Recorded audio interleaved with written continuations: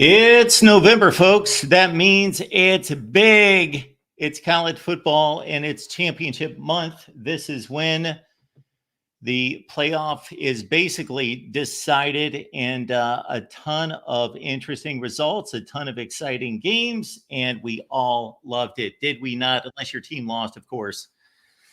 And then it's a bummer, but it's all meaningful, and we had tons of results that told us so much more about these football teams, and we will certainly run through everything with you. And of course, first and foremost, take your calls. So we appreciate you being here at the Voice of College Football. We are with you at least for an hour. And if you would like us to stay on for longer than that, then we will certainly do that based on your contributions. So let's get right to the calls, because I believe, I'm almost for sure, that we have no games in progress tonight to update. None.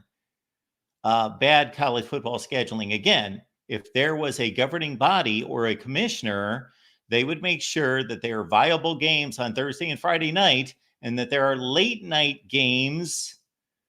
But when the conferences are scheduling everything, then they don't necessarily do it for the good of the game across the board.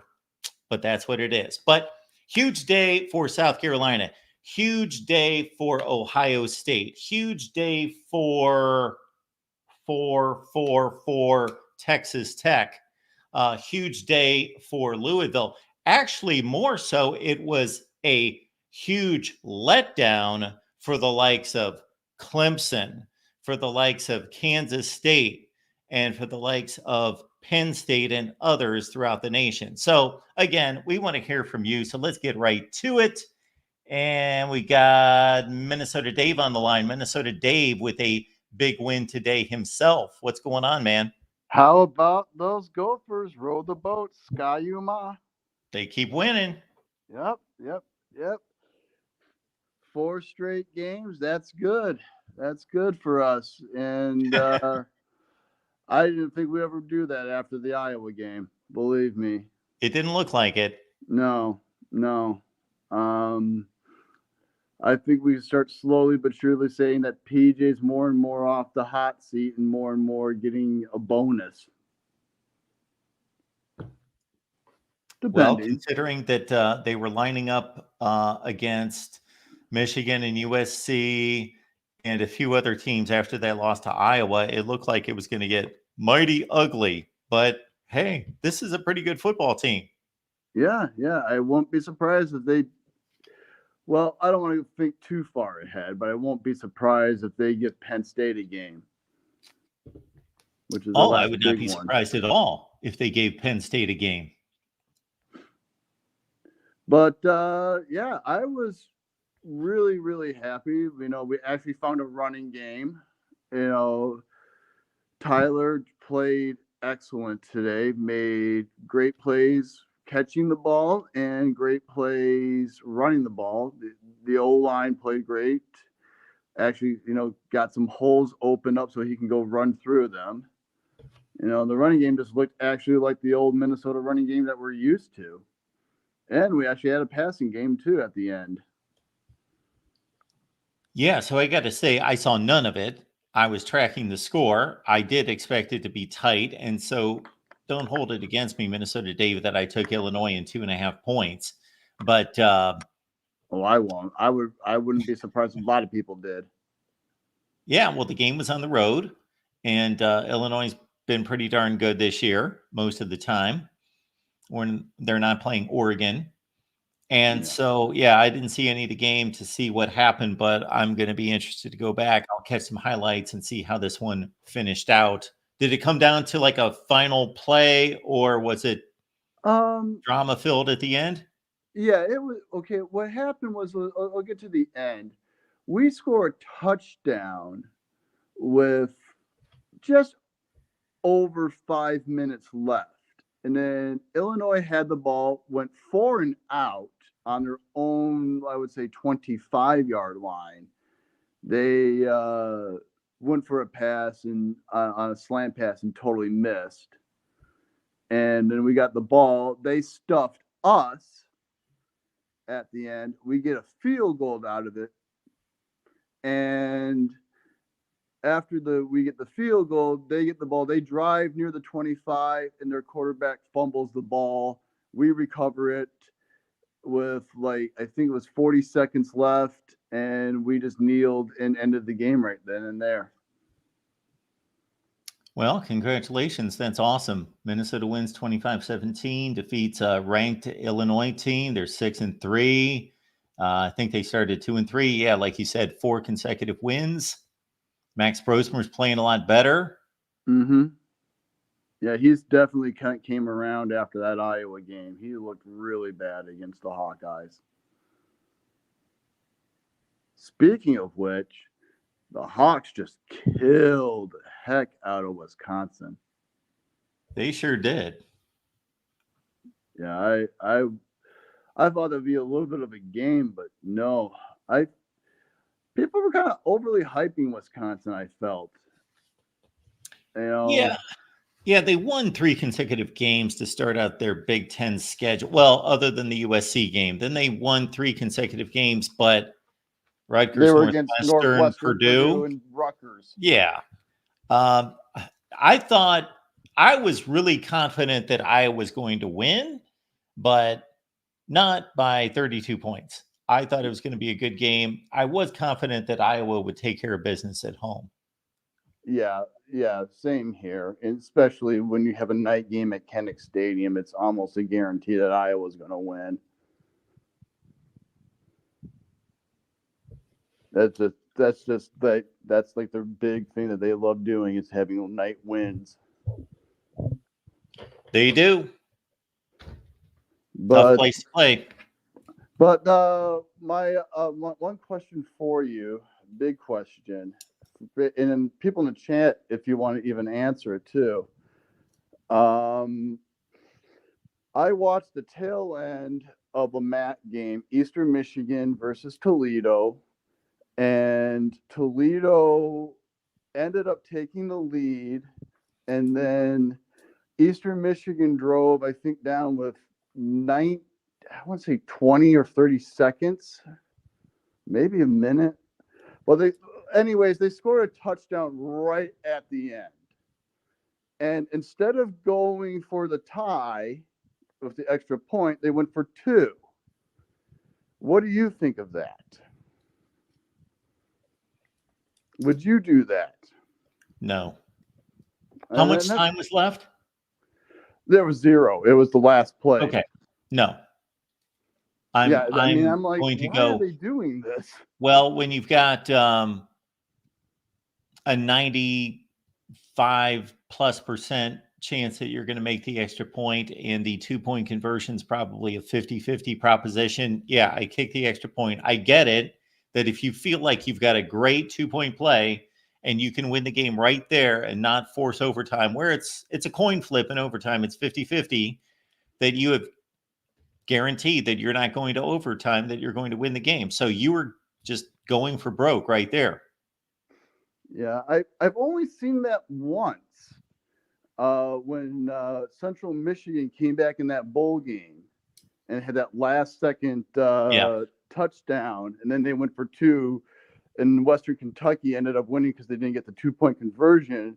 Yeah. But I thought to myself, it's a bowl game. It's the Bahama Bowl. Most people don't care. They just wanted to get the win just to get the win and make the hugest comeback ever and complete it. But yeah, I can see with the momentum that they had, yeah.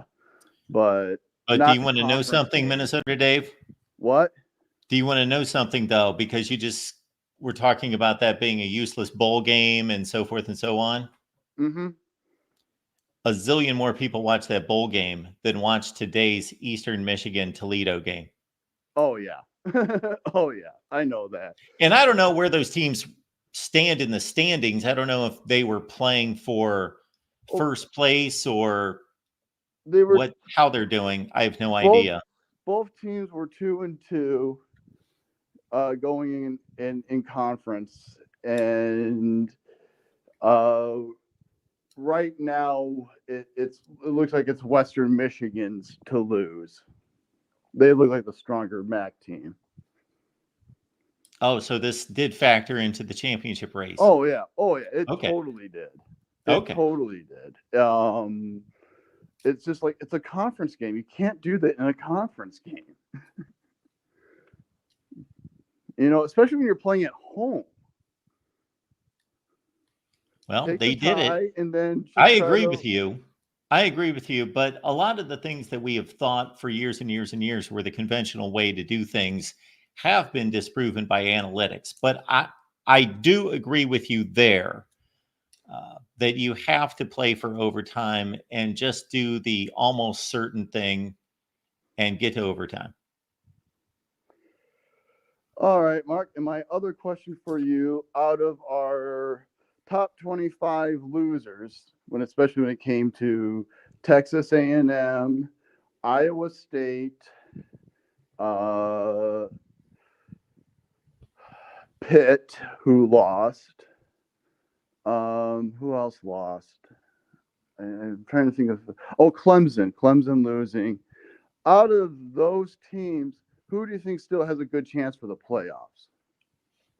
Oh, I thought you were going to ask me who was the biggest loser on the night. Who's got the best chance of the playoffs between Clemson, Pitt, Texas A&M? Those three, and Iowa State, you said. Yeah, Iowa State, yeah. Well, I would say Iowa State because they still only have one loss in the conference. I do think that they are probably better than the teams on their schedule the rest of the way. They've got a Kansas State team, the last game of the season, who lost to Houston tonight. That I would not have guessed was going to happen. So I would go with Iowa State. I think Pitt's in a bad spot now. They play Clemson coming up. That'll be an elimination game in 2 weeks. Texas A&M, they're still in first place in the SEC, but they got 2 losses, so they're most likely going to have to win the SEC because they probably can't go to a third loss. So that means they're going to win out. So I would say Iowa State's in the best position going forward because I've got the most confidence in them against their competition. Okay, that makes sense. The Big 12. Texas A&M's got a Texas game and an SEC championship game.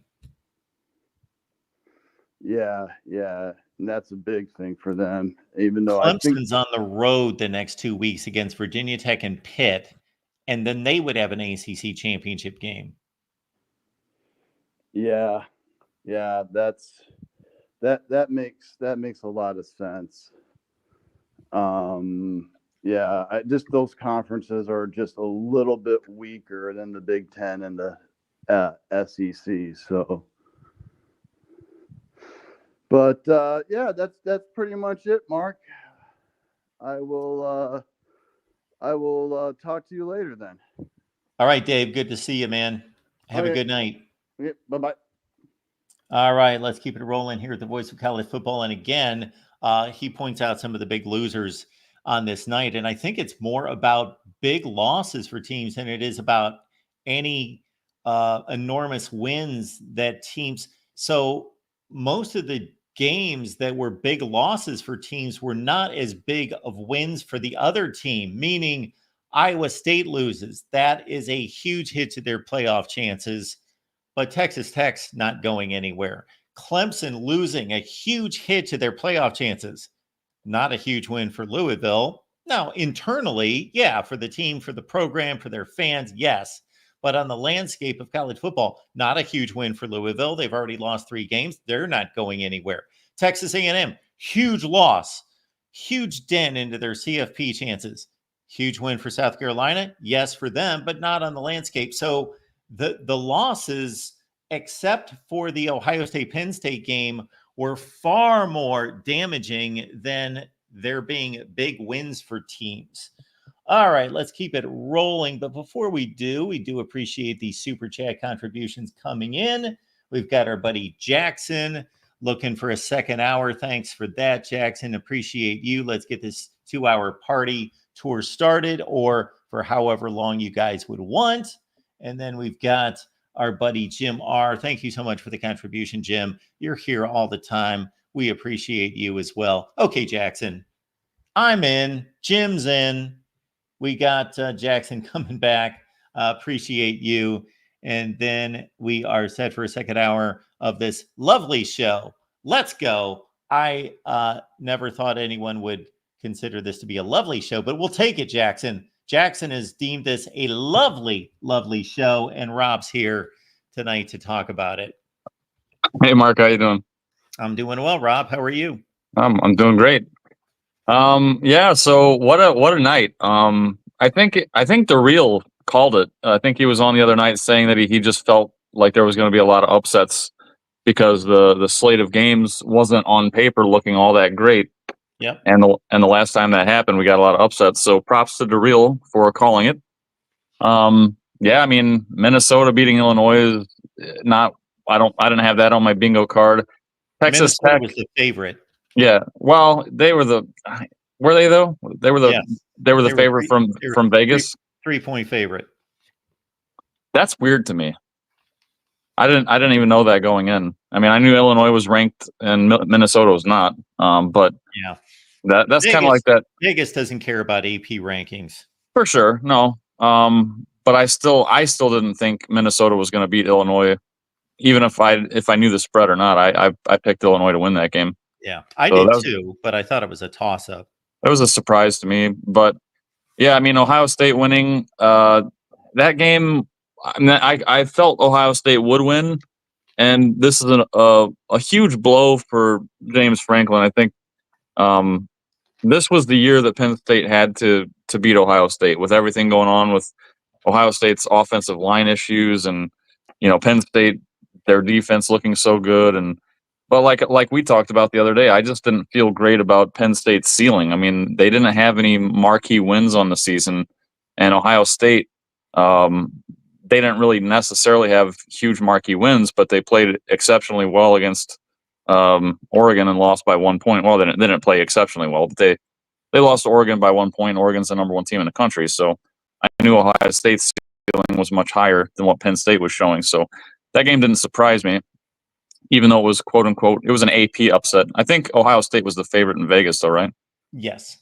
Yeah. So that wasn't really an upset, but no, I think the biggest one for me was the one that we talked about the other night, Clemson. I wanted to see how that Clemson game was going to shake out, and I was not surprised that I honestly was not surprised Louisville won this game. I knew Shuck was a really good quarterback, and Louisville's offense can be pretty sneakily good, and I didn't think Clemson really showed me anything all year. They just so that game didn't surprise me. They're going to drop pretty heftily in the rankings, I would imagine. They shouldn't even be ranked, I don't think. Yeah, Clemson? Clemson.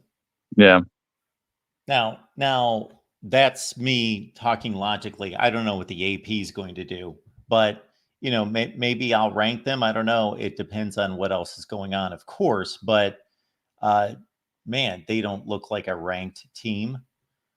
They got destroyed, really. I watched that entire game. I was speeding through games. This is kind of my slightly new way of watching these games, but I was speeding through that game in Texas A&M and South Carolina at the same time. And Louisville crushed them. Forget 33-21. That game was a blowout. They were so much better than Clemson. Right. Yeah, the score is not indicative of how that game. It was not as close as the score makes it look. No, for sure. So yeah, Clemson. They're. I mean, they might not tumble out of the AP top 25, but they're gonna fall. I would imagine to the low 20s after that. Like probably, my guess is they'll probably be somewhere around like 21, 22, something like that. I mean, look how long it took them to get Michigan out of the AP top 25. Yeah. They did not want to get rid of Michigan. Michigan actually played better than I thought they would today. Yeah, I thought they played well. I watched all of that game, and I thought Michigan was right in it. I thought that there was a sequence there where they got within 28-17. They just moved the ball down the field. Then they stopped Oregon, and they had an illegal formation because the nose guard was lined up right across the center on the punt. So they stopped Oregon 2 consecutive drives, but they gave up a field goal because of that, and then also cost them time. And then they're still only down by 2 touchdowns. And the next time they come down the field, they get into scoring range, and then they bring in Alex Orji and they sat Davis Warren, and he didn't get the final 3 plays of the drive, and they give it up on downs. And I thought that was a bad move because he's the quarterback. He's the guy. Right.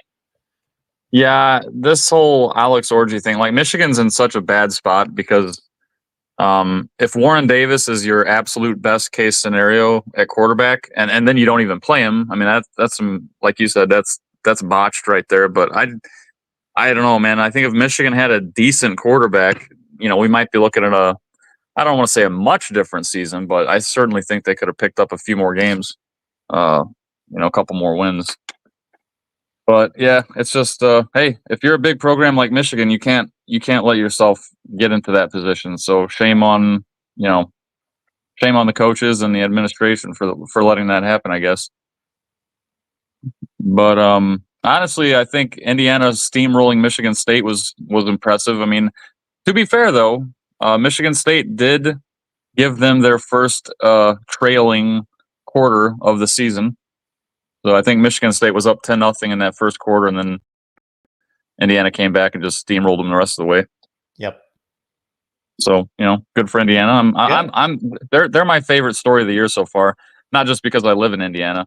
Dude, this is what I don't get. As a Notre Dame fan, I see other Notre Dame fans like hating on Indiana. I'm like, why? Like let them have their time, man. They've been suffering for. I mean, aren't they the losingest team in FBS history? It's so close. I've got those numbers. I keep those numbers. And between Indiana, Northwestern, Rutgers, Wake Forest, Oregon State, Kansas, those Vanderbilt, those like 5 or 6 schools, their winning percentages are all awful. They're around 42, 43%, all of them. Yeah, just let them have their time, man. Like I'm not saying they're like gonna win any playoff games or anything like that. I mean, they might. Who knows? But it's just a fun ride, and like, why are people trying to crap on it? I don't get it. But yeah. The other. Oh, did you have something to say to that? Well, they haven't had a bad week. That's what's great. That's what's really remarkable about this is they're not struggling through these games. And I know they haven't played anyone, and Nebraska losing to UCLA further cements that they're not a good team. Right. But Indiana is steamrolling these teams. They're not just getting by. And that's the thing, right? Because what you're supposed to do against bad teams is beat them handily. If you're a good team, you're supposed to beat bad teams handily, and that's all Indiana's done. They're playing like a top 10 team in the country.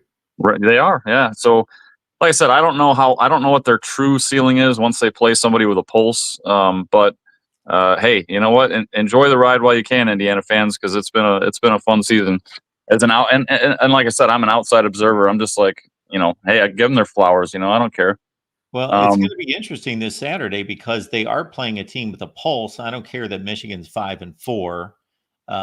They obviously, if they're able to play with Oregon to a certain extent and other teams, they still have plenty of, well, they probably have more NFL talent than Indiana does. But the thing that's going to be interesting there is that you take teams like Washington and Michigan State most recently, and Indiana has handled those teams.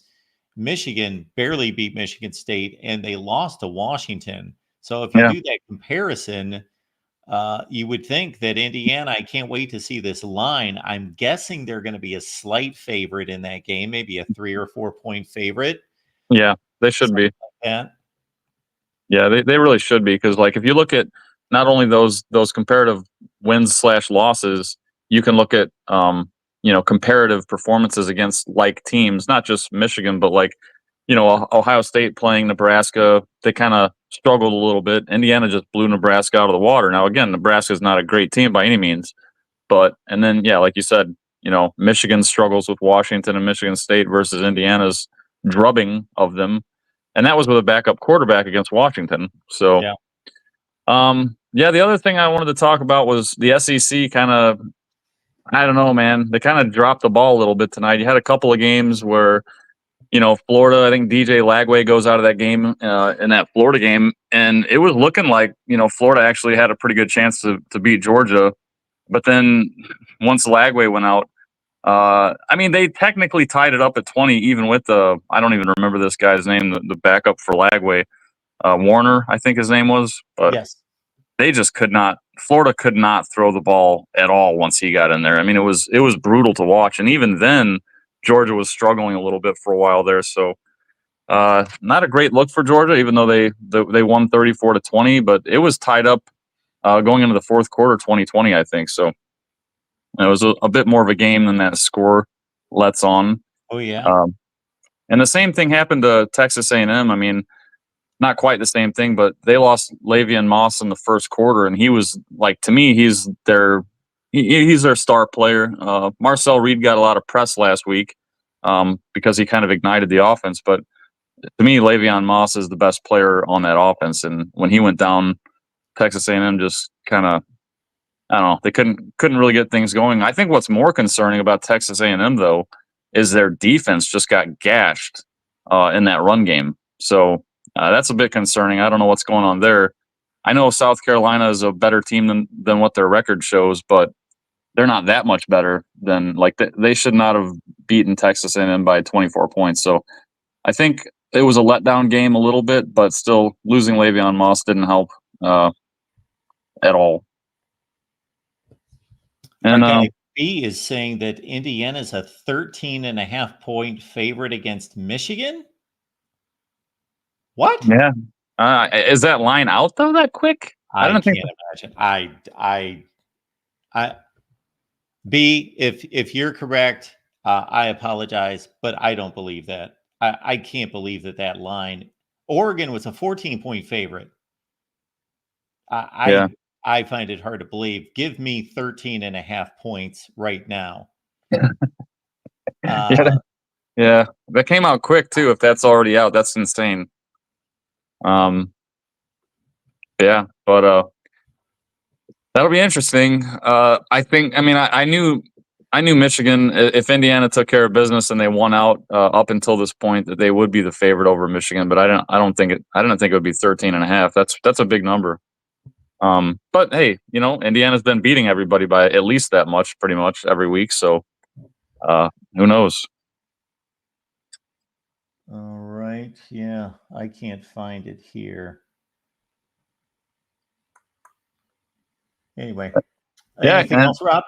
Yeah, well, the last thing I wanted to say was, first of all, you're absolutely right about this week being less about big wins and more about big losses. You nailed that on the head. Perfect summation of this week's games. And with that, I want to say my last thing is 2 unbeatens going down tonight, right? Pitt and Iowa State. Yeah. So those teams especially took the biggest L of the day. As painful as it was for Texas A&M and Clemson to lose, in some regards, Texas A&M still has a little bit of their own, control of their own destiny. They just have to take care of business going forward. Clemson, I think they're kind of, I don't know, man. They just don't look good. Like you said, I don't even know if they're going to be ranked. So, yeah. But anyways, I know you got a lot of callers, Mark, so I'm going to let you go. Appreciate you being here, Rob.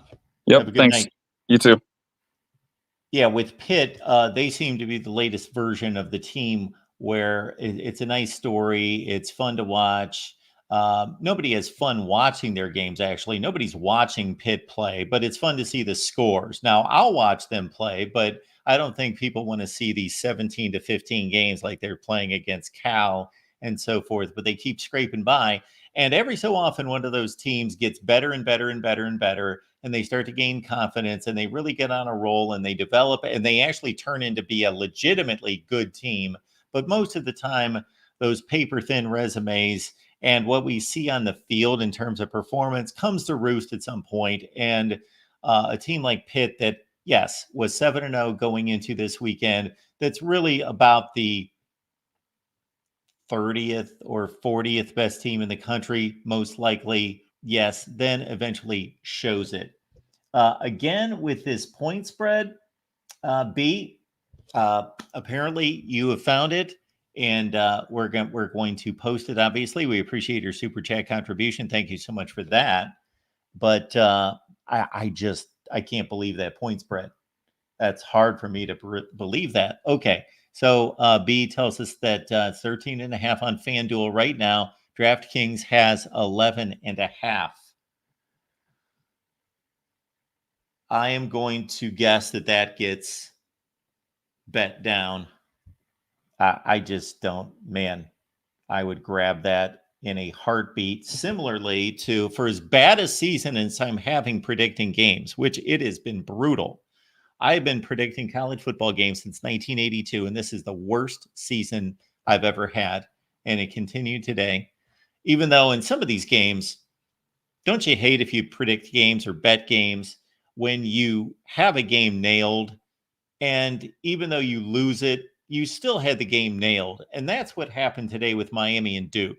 I took Duke in the 21 points. They outplayed Miami. They were up by 11 points. I thought, there's cash in the bank. I did not bet the game. When I say cash, that's proverbial cash. I've not bet on a game in years.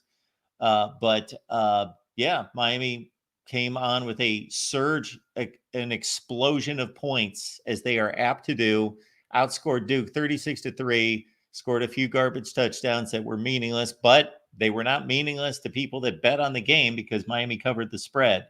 There were a few games like that, and there always are. I had another horrendous day picking games, but I usually can come close to, spotting these games that seem to be outliers. And the two most recent ones would be one today that, hey, again, if I were a betting man, Vandy as an 8-point dog against Auburn. I was like, what? Has anybody in Vegas been watching football this year? Vandy's an underdog to Auburn by more than a touchdown? Give it to me all day. Vandy won the game by 10. Not only did they not lose by 8, they won by 10. And the game last week that stuck out to me, this is what I need to start doing, is just locking in on like one or two games that Vegas misses on. The big miss by Vegas last week was making UCF a 2.5-point favorite against BYU. As soon as I saw that, I thought, am I missing something? Is this going to be one of these Vegas tricks? Because it just seems completely obvious that BYU is going to win this game, and they're a 2.5-point dog. And yeah, they went out and won by 2 scores. All right. Welcome into the Voice of College Football. Who do we have on the line? Oh, hey, Mark. This is Mooley. Mooley, what's going on? Nothing much. It's been a while. Good to be back on here. Well, you're always welcome. We appreciate you stopping by. Yeah, no, this weekend was just crazy, and I'm kind of looking at this right now, just looking at all the standings and how to process it, right?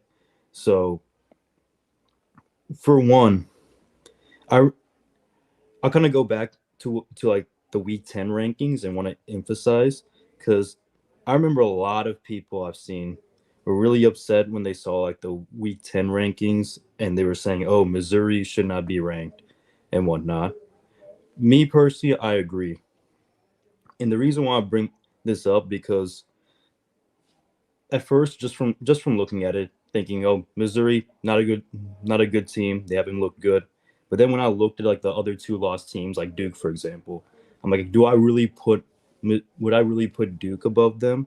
And I guess to drive my point home is I kind of got a problem where it's like when we try really hard to keep it rankings or something to like 2 lost or 1 lost teams, because if we're just going by, if you look at the resume and who the teams paid and who they lost to, who they won, or what close losses they had, I looked at it and said, if there's anything, I'll put 3-loss team in there, and that will be Louisville.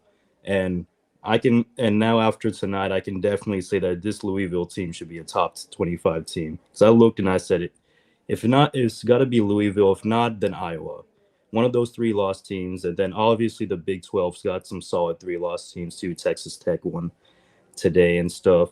So I just want to get your thoughts on that, where it's like, how much do you value like the wins and losses versus the resume? Obviously, I think there should be a certain amount of weight towards both, but not too much towards one. to where it's like, oh, we should just keep it to 2 loss for the rankings versus 3? Well, I take 3 things into consideration when I rank teams. Number one, just the sheer wins and losses. Mm-hmm. And when we start the season, I do my very best to rid myself of all biases concerning preseason hype and rankings. First of all, I don't even care what the teams are ranked. It means nothing to me. I don't think that the services do a very good job at ranking teams. I think they do a lousy job.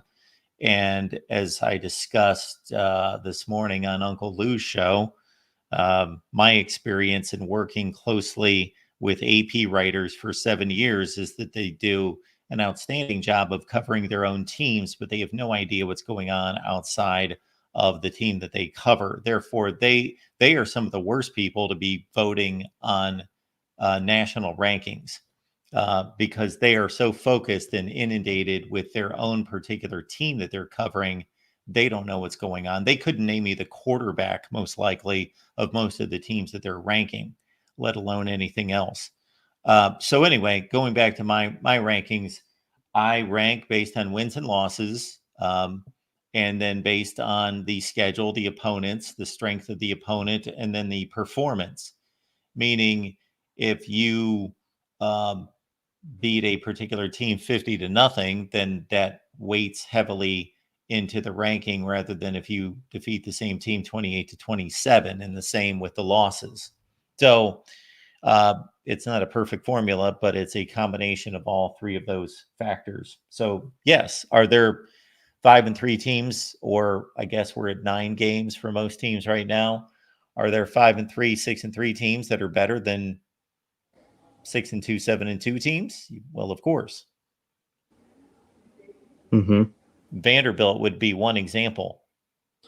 Right, and some people are saying Vanderbilt should have stayed because of how they performed with Texas, but the thing is, Vanderbilt did already play Missouri and lost to them, so that's why I was like, okay, that's probably not the best example, especially when they have, even though yes, they've kind of gained confidence over time, especially after the Bama game, but like Vanderbilt literally lost to Missouri, for example, so I don't see why you would put them over them, for example. Yeah, well, that's another thing I believe in. I believe in, even though teams can get better throughout a season, they shouldn't get worse unless they're being ravaged with injuries. If teams are getting worse throughout the season, then they need to fire their coach, because they should get better with more playing time. Now, teams get more better, develop more, and increasingly get better compared to other teams who are nominally getting better, if that makes sense. There are teams that are getting more better than other teams, but everybody should be increasingly getting better. If they're not, then again, they either should be ravaged by injuries or their coaching staff should be fired. So ranking and evaluating a game from weeks ago at the beginning of the season is difficult to do, but I firmly believe in head-to-head competition.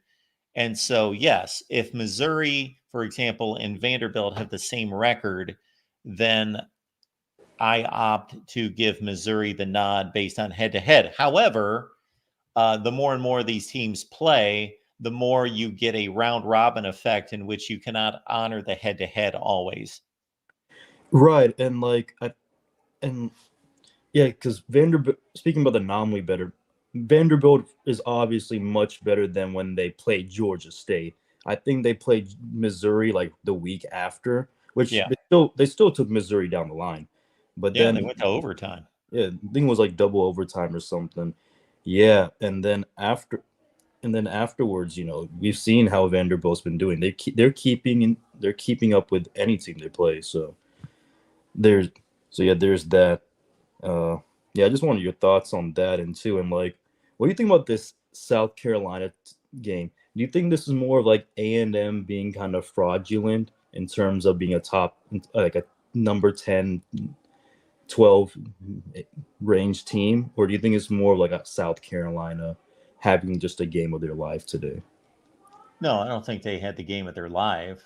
That outcome Now, the margin of victory at the end of the game somewhat surprised me that they were able to widen the lead by 24 points. But once it got to a certain point, that was an extremely competitive game that was 27-20 and then 30-20 into the fourth quarter. So the final two touchdowns were somewhat meaningless and just hype and just an avalanche.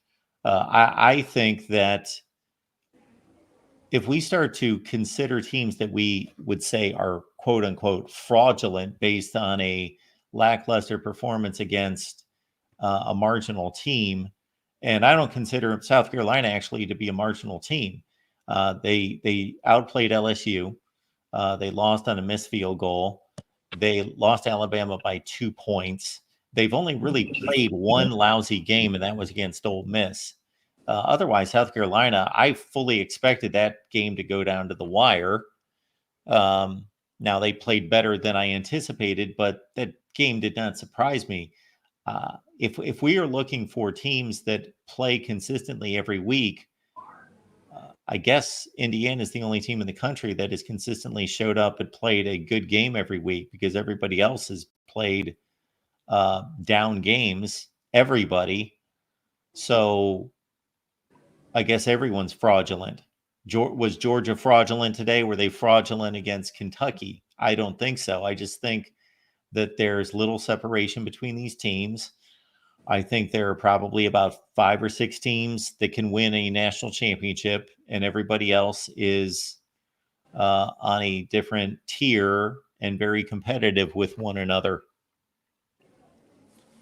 Okay, well, that's kind of my bet. My perception was I thought people thought A&M was fraudulent. I forgot who, but I think it was like the Cover 3 pod where they're saying, "Oh, A&M is way too high. They just had a good game, whatnot." And I do think South Carolina is a good team. I think what really stood out was, like, for one, how Lenore Sellers just bounces off and everybody, and two, like, this was I think what really got me hyped for South Carolina right now is just seeing, like, this feels like Rocket Sanders from like 2 years ago. Like, he really put on a show, and now I'm just looking at this team like this team could make some good buzz now. I don't know what their schedule looks like going ahead, but they could make some good buzz now. In these last few remaining weeks, they might improve more than nominally, like you mentioned. Yeah. They've already proven it that, they didn't necessarily do anything tonight that they weren't doing against somewhat comparable teams, Alabama and LSU, except they were playing a night game at home. Right. They did have like those 2 blowout losses, like Ole Miss and Kentucky, though. I guess that's what kind of threw people off. I haven't been following South Carolina. They beat Kentucky. No, I'm sorry, my bad. They blew out Kentucky. They lost to Ole Miss, and I forgot who was the other team they got blown out by. They lost on a last-second field goal miss against LSU, and they lost by 2 points to Alabama. So they've played 2 extremely difficult, close losses against 2 excellent teams. Ole Miss, like I said at the beginning of the conversation, was the only bad game that they've played. Okay, then that's my bad. Okay, cool. No, you're good. Cool. And I'll say this is my last question. Like, given like the teams that have lost today, do you think there's a chance where like the ACC and the Big 12 now only get one team in, and it's going to be like an SEC Big 10 showdown for these playoffs going forward? Because yeah.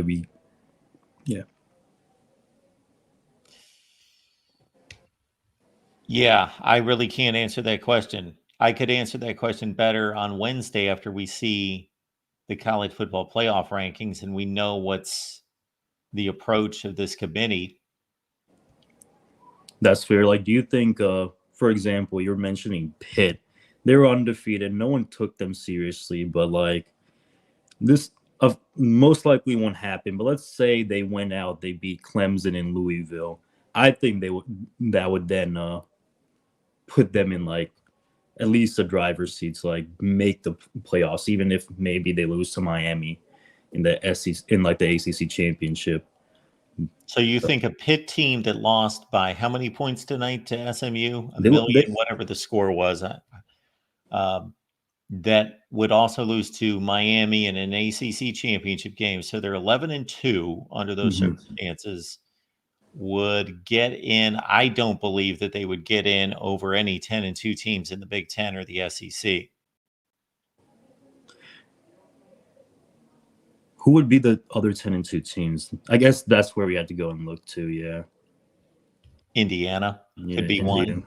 Indiana. There's also Ohio State, Penn State. Yeah, no, you're right. You got to look at the rankings first. Tennessee. For sure. In the SEC, they have, at least in conference play, there's like 5 teams tied with one loss right now. So yep. Who knows how that ends? Okay. Yeah, it's going to be interesting because I think that they're going to have to size up. Although we were going to get a loss out of Pitt or SMU, obviously, tonight anyway, but we got a loss out of Clemson. So that definitely hurts the ACC in trying to get multiple teams into the playoff.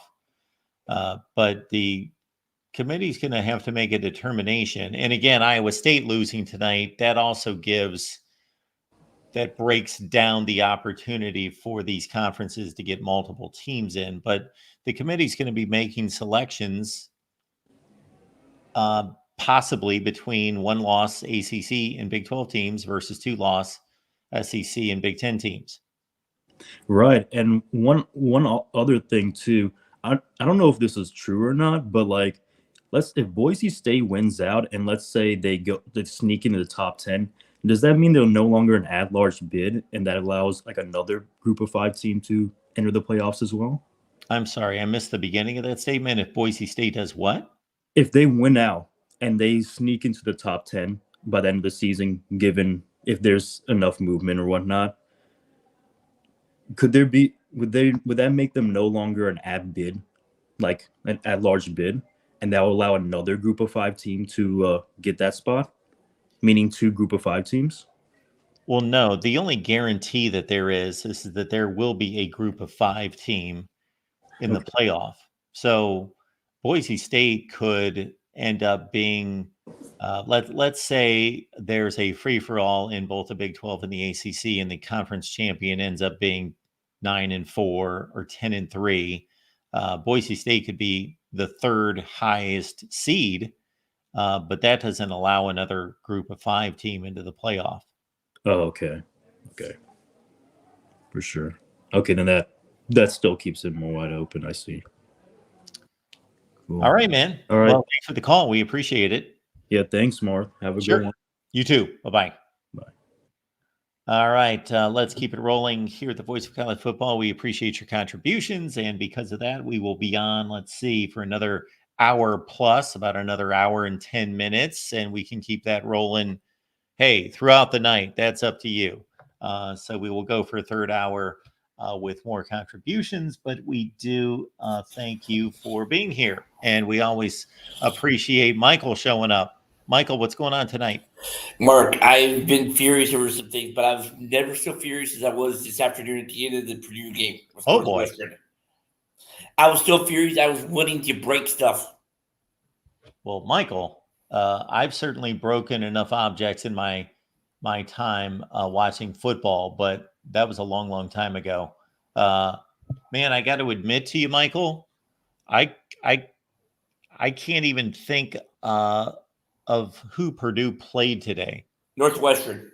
Oh, that's right. They lost to Northwestern. Yeah. 23-20? 26-20. 26-20. Okay, what happened that made you so furious? All right. It's 4th and down, basically 4th and goal. You're inside. It's a field goal. It'll probably be about maybe a 30-yard field goal, maybe, right? 35-yard field goal. Instead, Purdue goes forward on 4th down. Incomplete pass. After the incomplete pass, Northwestern gets his celebration penalty, pushes it back to the 40. 2 plays later, game's over. Nebraska, Northwestern heading back to Evanston with the win.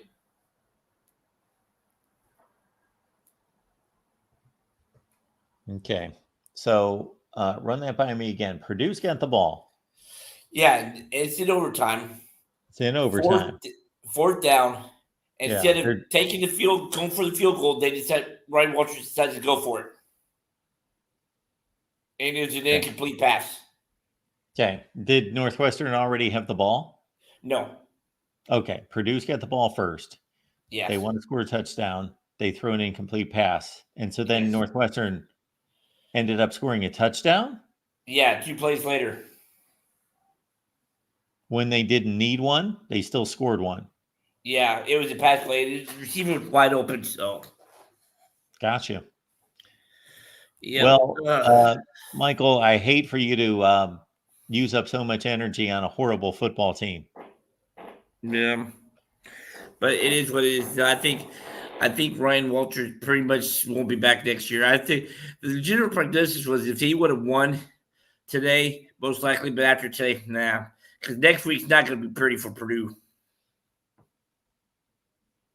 Yeah, that's against Ohio State, I believe. Yes. Yeah. Probably not. Yeah, but then again, you never know about Ohio State. Have they really been good the last few weeks, though? Well, they were today. Well, yeah, got to give him credit to Jim Knowles. Three shots for Penn State inside the one different times, and they couldn't even get in. No, they did not. Speaking of that, though, did you get a chance to see where James Franklin got into? Was a Penn State fan after the game? I did not see that or hear about that. Did that happen in the stadium? Yeah. So are there any details? I know it was just. I think it was like on YouTube. You might be able to pull it up later and stuff like that. But I don't know. But anyway, as far as IU, I mean, like I'm telling you, Mark. I mean, they keep getting better and better. Today was the first time they actually trailed all year. Yeah, I understand that. I didn't see any of the game, but I was watching the score. Yeah. And they blew out Michigan State. That's impressive because the only other teams that have blown out Michigan State are Ohio State and Oregon. Mm-hmm. Yep. And they got Michigan next week, which I would not be surprised if they win by double digits. If they win easy by double digits, probably. We'll see though. Okay. But are you still of the mindset that Ohio State will still be favored in that game when they play when IU goes to Columbus? I would be shocked if Ohio State's not the favorite against Indiana. Is it because it's in Columbus? It's because they're playing anywhere on planet Earth. Mm-hmm. But what's to say IU's not the better team than Ohio State this year? Oh, maybe they are. I'm just telling you who's going to be a favorite. Mm-hmm. But do you still think it's going to be double digit? It may not be double digits. I certainly said that a couple weeks ago when we talked about it. But since then, Indiana's won 2 more games in blowout fashion. Yeah. So, yeah, I'm usually decent at predicting what point spreads are going to be. I'm usually only off by a point or 2. Mm-hmm. So you ask me a week from now. Let's see. That'll be it's another week after that they'll be playing. So yeah, because they got Michigan next week. Their bye week. Then Ohio State, and then wrap up the season with Purdue. As it is right now, it looks like he's going to be in Oregon and IU Big Ten Championship as of now, but you still got to do that though. So still got to play the game in November 23rd. But anyway, so was Ohio State beating Penn State today? Did that help or hurt IU, you think? Did it help or hurt IU? Well, they play Ohio State, so they can control that part of it. So in terms of their own situation, trying to get to a Big Ten championship game, that was the result they wanted because they're playing Ohio State. Yeah. And another thing too is for right now too is I said this before the season. I see 4 from the SEC, 4 from the Big Ten, 1 from the ACC, 1 from the Big 12, Notre Dame, and then your group of 5. But with what happened tonight in the ACC with Texas A&M, I don't know. I still maybe they get 4, but I don't know. I still think they get 4 teams in. Yeah, I would say that your formula is certainly reasonable. I would tend to think, if I were a betting man, that I would give, instead of 8 bids to the SEC and the Big Ten, I would give those two combined 7. And I think that there could possibly be one additional team from either the Big 12 or the ACC. Okay, but who could it be though? It could be all sorts of teams. It could be whoever wins the Big 12 championship and BYU. It could be Miami and SMU. Yeah. True, but because the thing is, I don't think Miami plays SMU, do they? No. Okay, and then BYU, I was sure stuff like that though, but no, we'll see what happens and stuff like that though. But is there any games that stood out to you today that kind of surprised you? Surprised Besides me. Iowa, Yeah. besides Iowa putting up a 40-piece again today for the 4th time this year. Yeah, that the score surprised me. Iowa winning did not surprise me at all. I thought they would win by maybe 10 points. Probably the score that surprised me more than any score in the country is Houston beating Kansas State. That surprised me. Yeah, how close was that game today? It was like 24-19. I did not see one play. I just know that Houston has been an awful team this year, and Kansas State's been arguably the best team in the Big 12, but certainly not today. And that's a huge loss for Kansas State. Yep. All right. Excuse me. Who's the best team right now, in your opinion, in the SEC? Georgia. Based on what they did against Texas. Okay, how would you rate the top 4? Georgia, Texas A&M, maybe LSU or Alabama? The top 4 teams in the SEC, in my opinion, right now would be Georgia 1, Texas 2, Tennessee 3. Oh, I forgot about Tennessee. Alabama 4. Then probably Texas A&M 5, LSU 6. Okay. Because I know Alabama's on the fringe and stuff We like got that. Ole Miss in there too. Yeah. I know Alabama is facing elimination games every week from here on out for the rest of the season and stuff. So yeah, they are. Throw Ole Miss in there and make it 7, and I would say that those 7 SEC teams can play with almost anybody in the country. All right, it's what's his name? Clark. Thank God, his name is escaping me. Clark Lee. Yeah, is he your SEC Coach of the Year? He's my. Well, Kurt Cignetti's my National Coach of the Year right this second. But Clark Lee would be, I believe, yes, second for me. So did Vanderbilt become bowl eligible today? I believe so. I think they're 6-3 now. Okay. I was wondering because I think they lost. Who did they lose to in the SEC?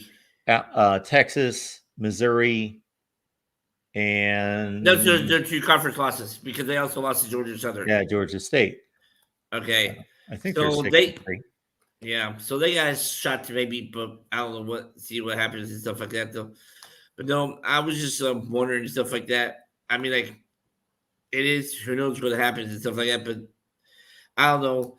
But if that happens with Purdue, which is most likely, with Cignetti and stuff like that, I was talking with some IU fans earlier and stuff like that, and kind of getting of that. Do you see a lot of more coaches now bringing, like what Cignetti did, look what Joe Tiller did, Jeff Brom, bringing their whole staffs with them compared to what it used to be? Well, I don't know that hasn't been a thing for a long time. Coaches bringing their whole staff with them and probably negotiating that when they're signing their deal. Okay.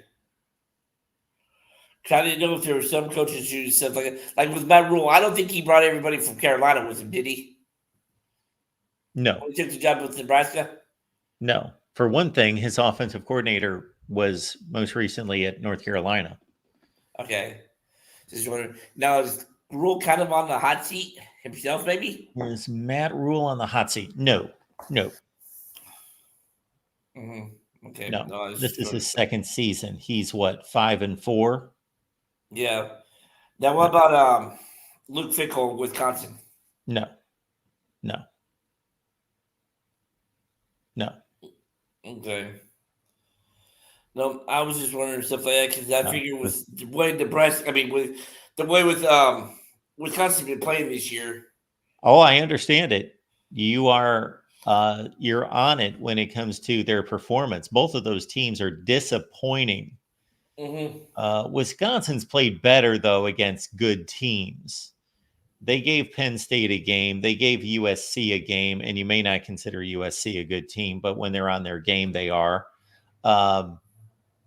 Wisconsin's at least played some decent games against some decent opponents. Nebraska has not played anybody well that has any competency whatsoever. But both of those guys are extremely good coaches. They're very coveted coaches. They're also very highly paid coaches who are only in their second season. So they're not on the hot seat. Yeah. They're off to bad starts, but they're not on the hot seat. Yeah, that was a nice win for UCLA today against Nebraska. I'm sorry, what was that? That was a nice win for UCLA. Yeah, UCLA is playing a lot better. People aren't noticing that. I've been mentioning that every week, that ever since they got off to that horrendous start, they took Minnesota to the final play of the game. Then they went out to Rutgers and won. They played Penn State fairly well. And then they win this game against Nebraska on the road. Yep. That was a game that I wanted to pull the trigger on the upset. I did take UCLA in the 7 points, but I thought, you know what? I think they're going to win that game. But I played it safe, and that's the result. So do you think Sherrod Moore's on the hot seat also in Michigan like Ryan Walters is with Purdue? Yes. If I were the Michigan administration, I would fire him at the end of the year. Unless if he wins against Indiana and Ohio State and whoever else they play and they finish 8-4, then I would reconsider. But the way things are looking, which they are looking either 7-5 or 6-6 right now, I would fire him. Yes. Yeah. But the thing I'm trying to figure out though is, did they know that Michigan was kind of going to be kind of empty in the cupboard when he took the job this year, though? Didn't they kind of expect that in a way, though? Their cupboard's not nearly as empty as some people think it is. No. If they had a good coach right now, they would have handled the quarterback situation differently, and they would have 2 more wins. Okay. Last thing before I let you go, did USC hang on to win against Washington? No. Oh, or what was the final? I mean, Washington hung on to win. Is that which was a nice one? Go ahead, sorry. Washington beat USC 26-21. 21. All right. So is Riley on the hot seat there with USC? That's a good question. Maybe he is. I would not have thought so or even considered that until recent weeks. That's a possibility. It is his 3rd season, and they're getting worse. They're getting worse by the season. True. Yeah, I wonder. It's inexplicable to me why USC is so bad. Yep. I'm just trying to figure out and stuff like that. But I'm just trying to rack my head and stuff like that. I wonder if Bobisky does pull the trigger and relieves Ryan Walters, I wonder who they might be going after. But who knows? We'll see what happens and stuff like that. All right, sir. As always. Oh, I need to message you because I need to figure out how I can get a copy of your book, by the way. All right, Michael. All right. I will catch you in a few short hours, sir. Thank you. Talk to you later. Take care. Bye-bye. Yeah. All right, let's keep it rolling here at the Voice of College Football. Yes, I know when I said on our USC show a few different times during this offseason, once I made my prediction, that I picked USC to go 8-4, some people acted like, I should be strung up by the neck and just, beaten with a baseball bat. That was just horrendous, and that I was just a hater. I personally hate that term, hater. If you pick some people's teams to lose a game, then you are suddenly a hater. And I like to remind people I'm not a hater.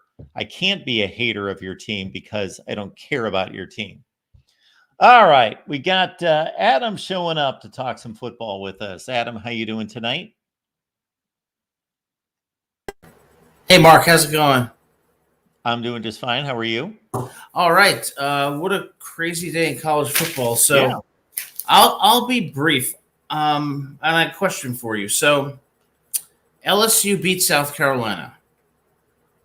South Carolina beat Texas A&M. Texas A&M beat LSU. Yes.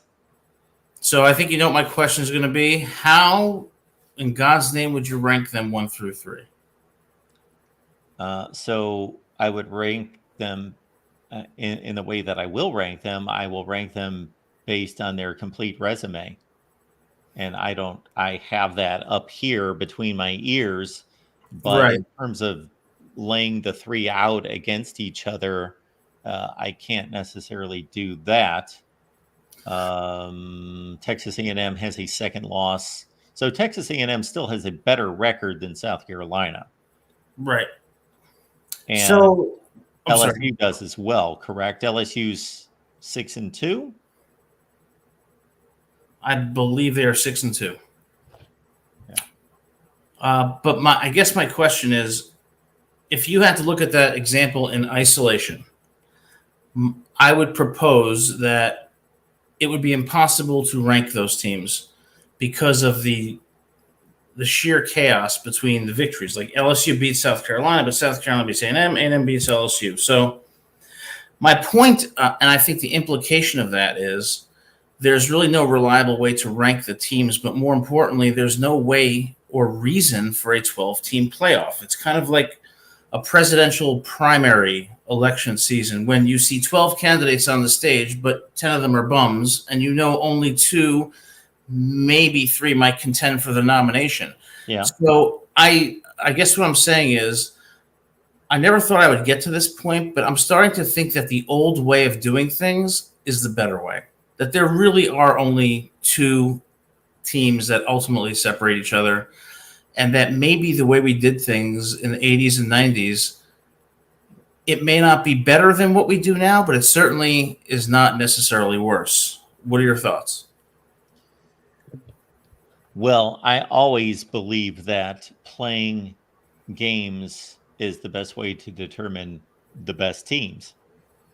So I think we need to play games. We had way too many situations, actually the majority of situations in the 90s, pre-1998, going back to the beginning of college football, was us comparing teams that never played and many times didn't even play teams that played those teams, and having to make assessments on teams that did not play.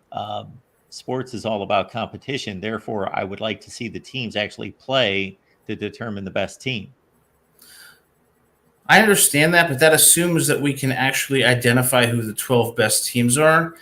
And because of the chaos and the contradictions and the lack of congruity, like in the LSU South Carolina A&M example, I think ultimately the choice of 12 teams will be arbitrary, and that ultimately most reasonable people could probably identify the 2 teams that stand out, and there should be a national title game between those 2 teams based on an AP and a coaches poll.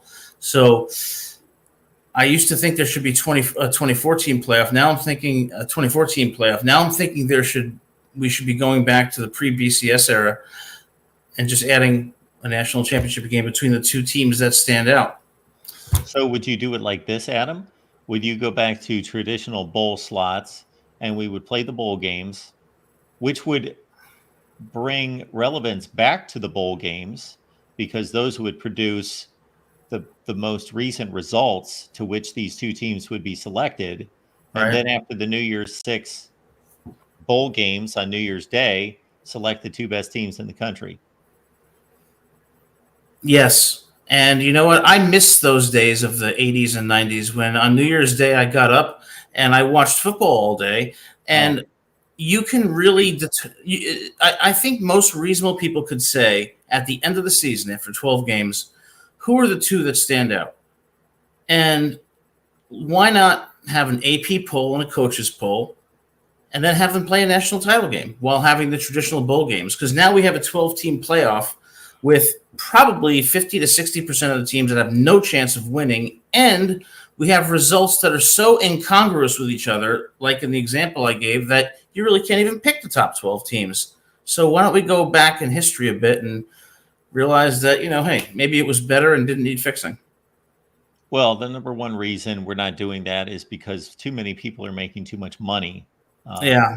Namely the television networks playing more football games. So I somewhat agree with that model. However, I would hate to get to the end of a bowl season and determine that there are 3 teams that have shown themselves to be far above the other teams, and therefore we need those 3 teams to be competing, and we need to leave one of them out just because we only have one championship game. That would be the issue. And then the other thing, I am going to push against your term completely arbitrary. I think it's somewhat arbitrary, but even if, let's say, the committee does a horrible job and they only select 8 of the 12 best teams in the country, and the other ones are the 17th and the 22nd and the 25th or whatever, that we only have 8 of the best teams in the country playing in that tournament, don't you think that that's still the best way to determine? If we have the 8 best teams in the country out of 12 playing in the national championship tournament, then that's still the best way to determine the champion. I don't agree with that. What I think we should have is flexibility. So if you think in, say, 2024, or reasonable people would agree that 2 teams have stood out, we should have those traditional bowl games, and then we should have a national championship. If you think that 3 teams stand out, then we should have a 3-team playoff, because every year is different. So why lock us into a system that ultimately is not very productive or predictive? Why not just say each year we're going to look at who the best teams are, and it may be 2, it may be 3, it may be 4, but we're going to adapt because college football is nuanced, and in an era where you have teams playing literal playoff games every week, there's no way to know who's better or not, but teams will separate themselves. So if it's 2 teams one year, 3 teams another, 4 teams, we will adapt to that and accommodate it. So you have proposed that in the past. And I have. while I think it's never going to fly because people are too inflexible, they're not flexible enough to adapt and determine. They want to know, this is the system every year. Although I would welcome to a certain extent what you're proposing. Go ahead. I'm sorry. Because there are situations in which this particular season, we've got 4 teams that we can't separate. And so we need to have 2 semifinal games and a championship game. This year it's 8. This year it's 6, whatever the number is, that it does change from year to year. But there is no way that the powers that be are going to have a haphazard system that changes every year. But what if we had smart leaders? What if we had people like you who were the decision makers and who could appreciate that nuance and make it better? The problem, and I see this in academia where I work, is that the people in power are usually the ones who lack any sense of common sense or emotional intelligence and any ability to adapt. So is it the fact that the system's not functional, or the people that would be in charge of implementing it are not capable? Just a thought.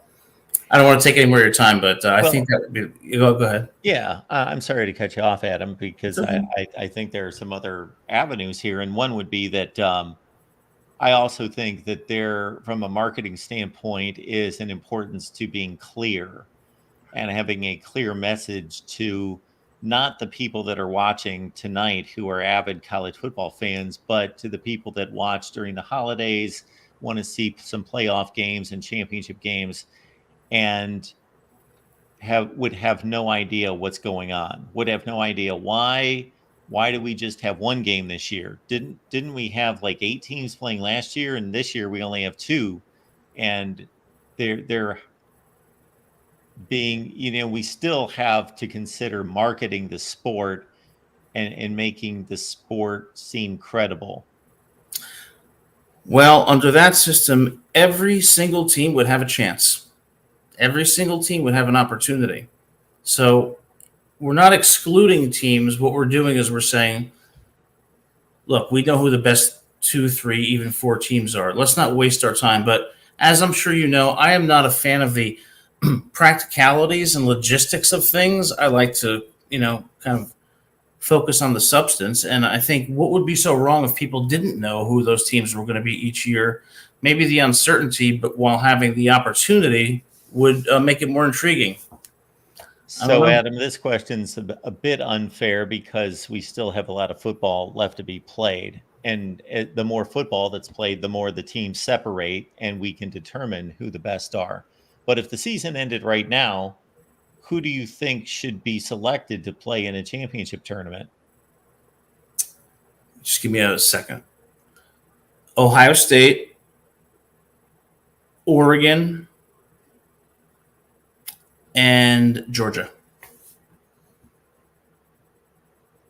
Okay, that's it.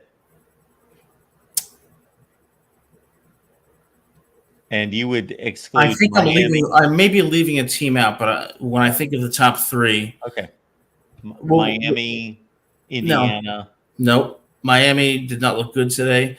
Maybe Indiana, based on their record so far. So that would be 4 teams. I cannot think of a 5th team that would be competitive with those 4. Okay.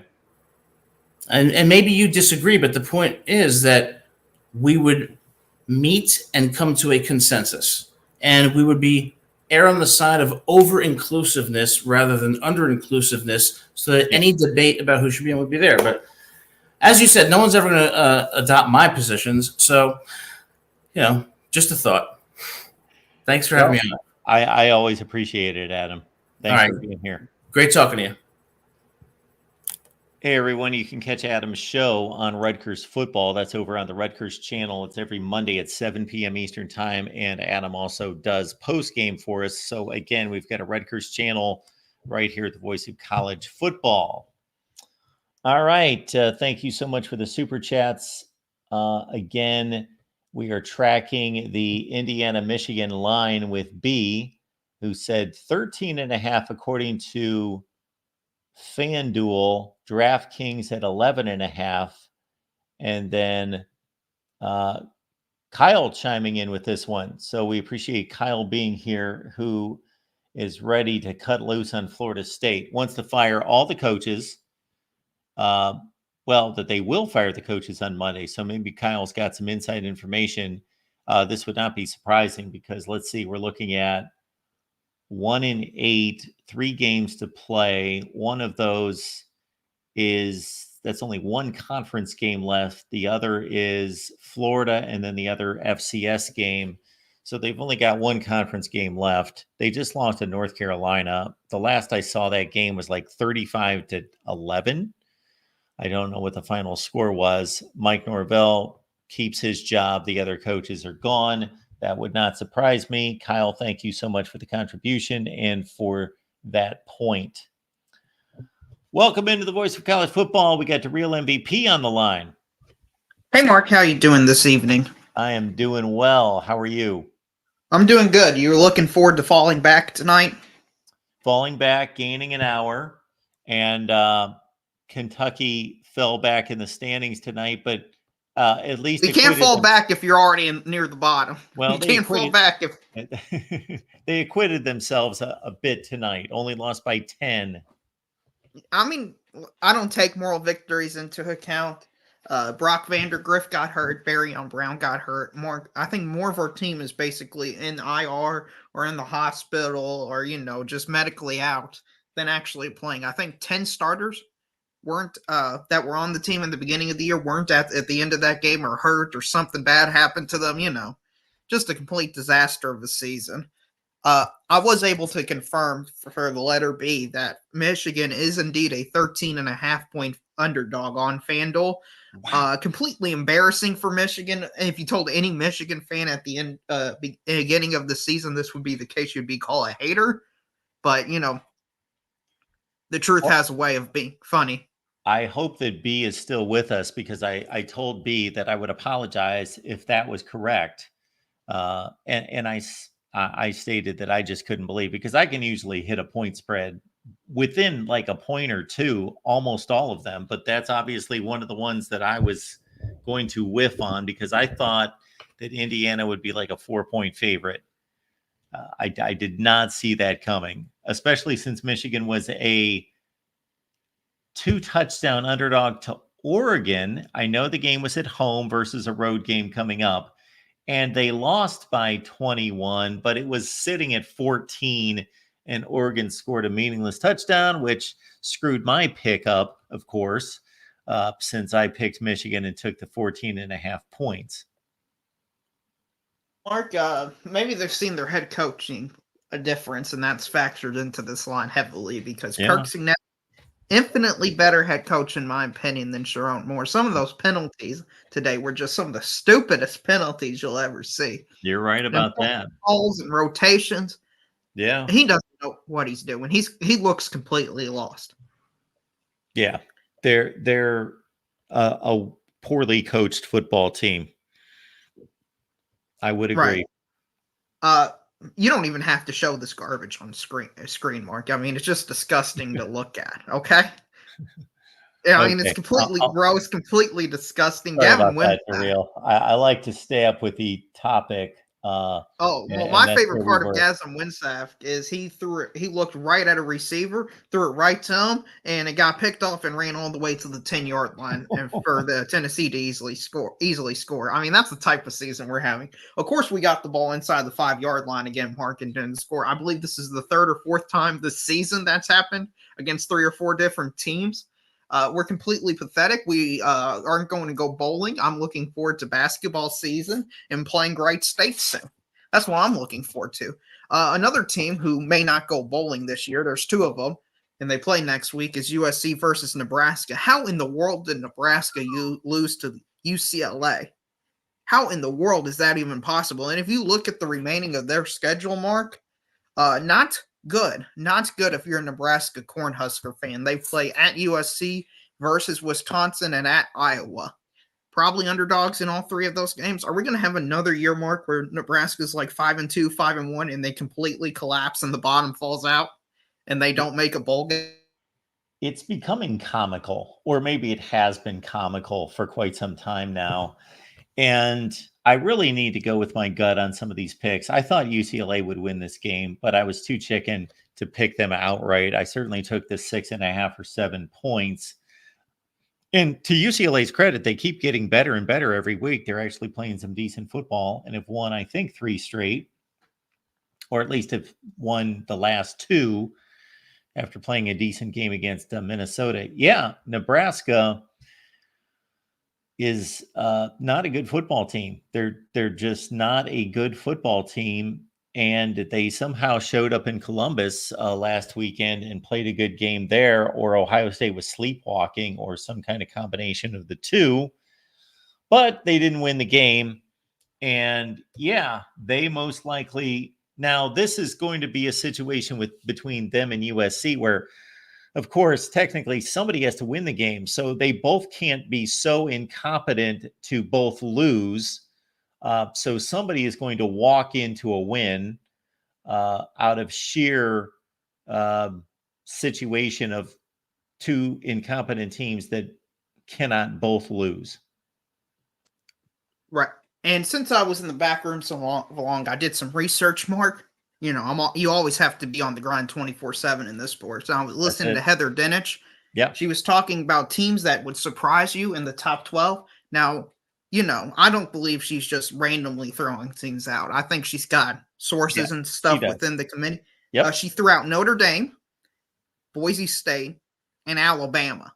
And she was really keen on Alabama, which is like sending a signal to me that a 3-loss Alabama team could still make the college football playoff. Now, I don't think that could be fair or right or justice or anything, but with the enthusiasm level she was talking about Alabama and the attention she was giving them, it gave me that vibe Alabama could have 3 losses and be selected over 2 lost Big Ten teams, 2 lost Big 12 teams, and stuff like that. That's the impression I got. Would that surprise you? Well, let's size it up right now. So Alabama has 2 losses, so they must have 6 wins, 7 wins. Let's say they lose next week to LSU and they win the rest of their games. I Okay. feel like that's the most easily path for them. Because they're playing an FCS team. They're playing Auburn. Do we know who else they're playing? Or is that it? I will look it up for you right Everybody's got at least 3 games. Some have 4 left. There's a lot of bye weeks. now. Oklahoma, Mark. Oh, okay. Well, there you go. So they will win against Oklahoma, Auburn, and an FCS team. So that should really do very little for their resume, except for they will be competing for spots with teams that will be losing games. They lose to LSU next week to drop to 6-3, then win the final 3. Go 9-3. So the 9-3 will be a loss to LSU. It's got to be a competitive loss. A loss to Vanderbilt. Right. She particularly talked about that loss to Vanderbilt and talked about how now they're bowl eligible. They've got 6 wins. So I also was inferring from her comments that Vanderbilt might be ranked when the playoff committee's poll releases. Yeah. Well, it's no longer a bad loss. It's not a good situation for Alabama. It's not to their credit that they lost to Vanderbilt, but it's not a bad loss. And who else did they lose to? They lost to Georgia. No, they beat Georgia. They lost to Tennessee, Mark. Tennessee, Vandy, and they would beat LSU. And they would have a win against Georgia. Correct. Which would by far, in my opinion, the best win of any bubble team. Sure. And they would have a win against who would be their second best win? South Carolina? Really? Yeah. It doesn't sound like a playoff resume, but again, I can't really evaluate it in a vacuum. Yeah, South Carolina or Wisconsin as a second best win out of 9.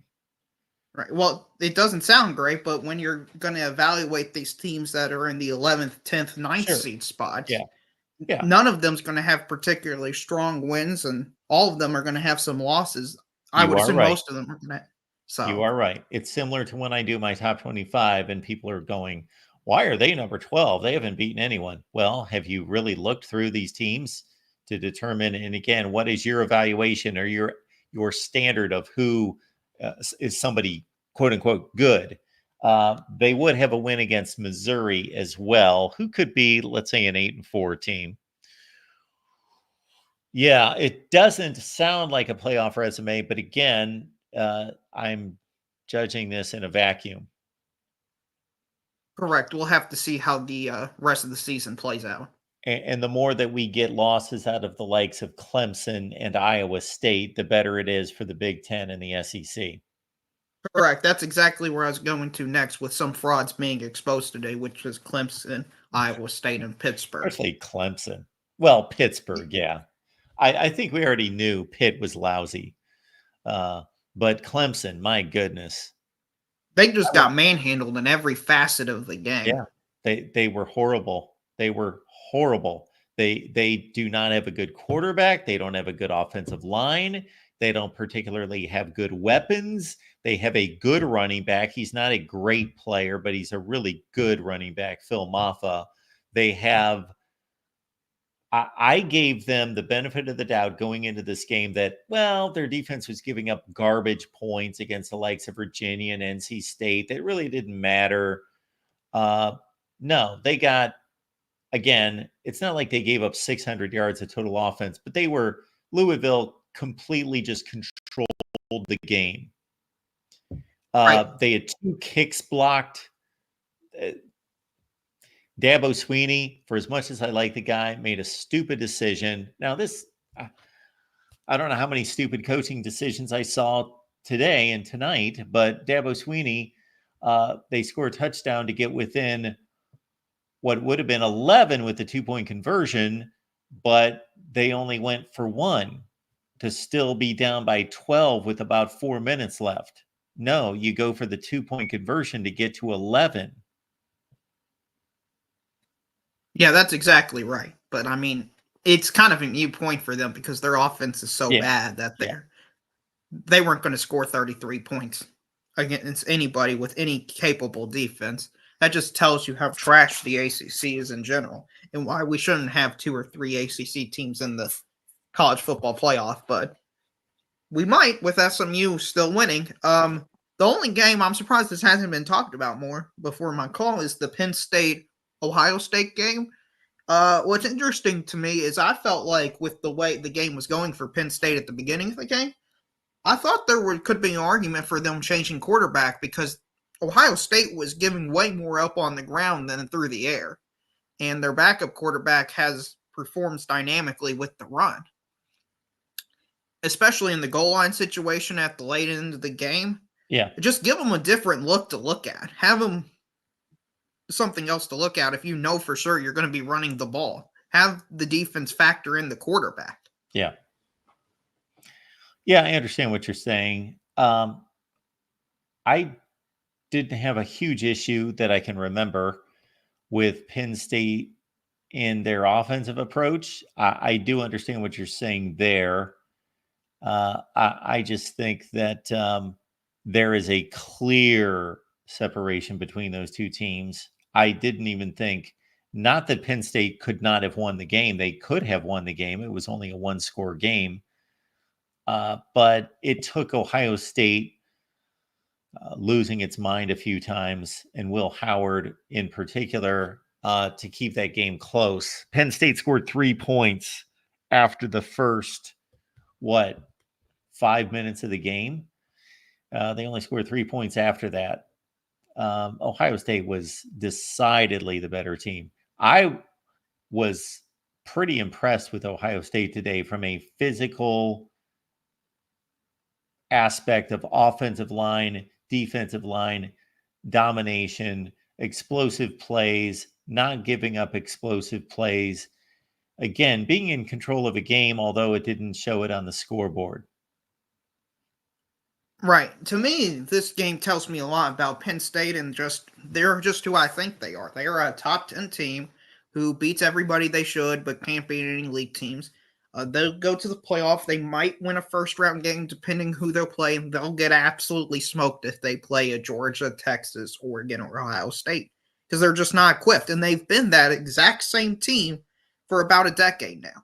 And I'm not sure if you saw James Franklin's press conference. They've been playing it on some of the networks. He seemed visibly frustrated in a way I haven't seen coaches be before, where he's talking about like expectations of the team, expectations of the fans. I don't know if he's just running out of answers, saying that we can't do it at this job, hinting that he might just go somewhere else. Have you seen any of that type of thing or this press conference? I have not. I've been locked in, as I do on Saturday, just watching football, doing nothing but watching football. But I had heard that in a few places. Did not hear it directly from him. Might be a good thing for me to review and make some sort of statement about. To think it's been 7 years, maybe 6. It's hard to differentiate because in 2017, they had an 18-point lead and lost by 1 point to Ohio State. And in 2018, they had a 2-touchdown lead in the final 5 minutes and lost by 1 point to Ohio State. So one of those 2 years, he said after the game, they're elite. We're great. We need to get to their place and knock them off and supersede them. And that's what our aim and goal is. So when you go out and make a statement like that, you're basically saying that's what we're doing. That's what we're in the process of doing. And so when it's 7 years later and you still haven't done it, Yeah, it has to be incredibly frustrating. These people are, number one, they're competitive. If nothing else, they wouldn't be in the position they're in without being super hyper competitive. Number one.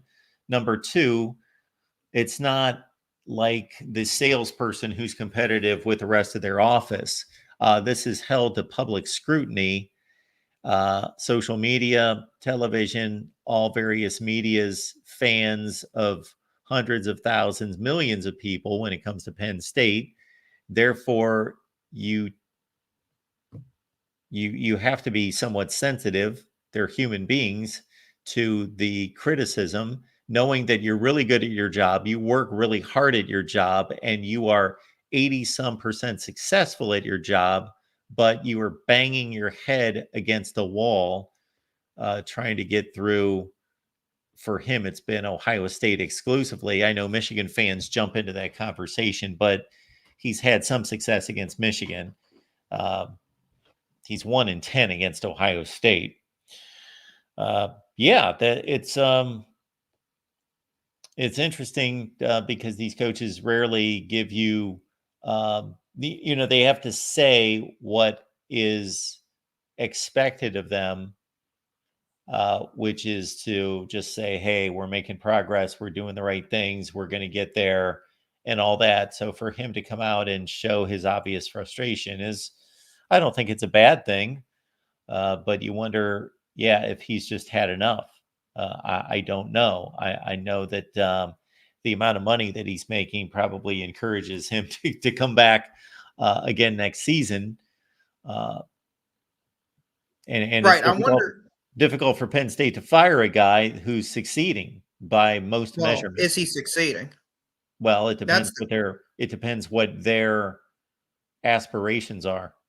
Right. If their aspiration is just to be the second or third best team in their conference and always never be in contention to win the national title, then he's absolutely succeeding. But if they would like to win a national championship, then he's not going to be the guy to do it. He's just not the guy. Yeah. I'm very interested in the playoffs, and the bowl games is what Penn State's always one of my favorite teams, because to me, a large part, and I think this is a disconnect between me and Big Ten fans, to me, Penn State is just a significant factor of them is just their schedule, and they play a lot of mediocre teams where their second best team they've played this year so far is Illinois, who's not great at all. I mean, if they were to play a top 25 team every 2 or 3 weeks, and I would love to see the nutrition factor of that, but they've played nobody in general because of the Big Ten East only being Ohio State, then Michigan got for a few years, but now they're down. And now just looking at their schedule this year, they're probably going to go 11-1 and make the playoffs, but I still don't know who they are, which is kind of crazy. They're going to play an entire season. I have no idea who they are. Yeah, I understand your evaluation, and who they are might be exactly what you said a minute ago, and it's a reasonable expectation that they'll go to the playoff, that they'll put up a decent fight against the 7 seed with them as the 10 seed or vice versa. And either it'll be a coin flip of a game. They may win, they may lose against Tennessee.